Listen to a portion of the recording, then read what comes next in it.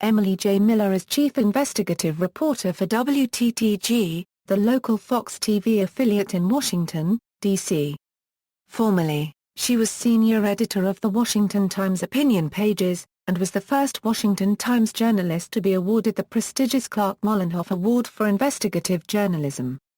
Work in government: Miller served as the deputy press secretary at the U.S. State Department for both Secretaries of State Colin Powell and Condoleezza Rice as a political appointee during the George W. Bush administration. Prior to her appointment at the State Department, Miller worked on Capitol Hill as communications director to House Majority Whip Tom DeLay. Miller also served as press secretary for Representative Rick Lazio, serving both national and New York media markets.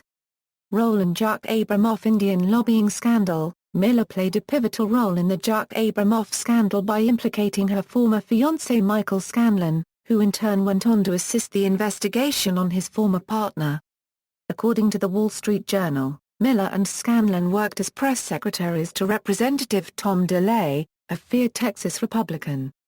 They got engaged in September 2001 on the beach in Santa Monica, California, and planned an August 2002 wedding. As the date approached, Mr. Scanlon bought a $4.7 million oceanside mansion and guest house, formerly part of the DuPont estate, in Rehoboth Beach, Del. He furnished it down to the monogram tiles and presented it to his bride-to-be. Then, with the wedding a few months away, he called off the engagement and started dating a 24-year-old waitress.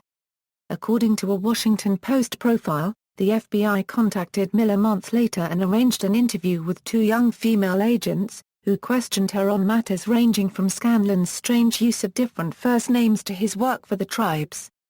Her lawyer had warned her to limit her answers, but Miller says she babbled on after the agents commiserated with her romantic turmoil. The lawyer chided her afterward, "You won't shut up." Miller later commented on her portrayal in the film Casino Jack by director George Hickenlooper: "I was, like, hyperventilating," she recalls. "I said, I will do anything. Please take me out of this movie." Hickenlooper said he was already in pre-production. Miller says he reneged on promises to show her the script. Hickenlooper says he offered to share the script in person. "You are extremely cool. I'm psyched to have dinner with you," he messaged her on Facebook but that she stopped returning his calls. She says the idea of having dinner with Hickenlooper creeped me out. The director later left Miller a voicemail saying that actress Rachel Lefevre would portray her. Book: Miller published a book on September 3, 2013 titled Emily Gets Her Gun, But Obama Wants to Take Yours. In the book, Miller documents her perspectives on legally acquiring and registering a handgun as a D.C. resident and shares her libertarian and conservative political beliefs as a resident in an urban and liberal community.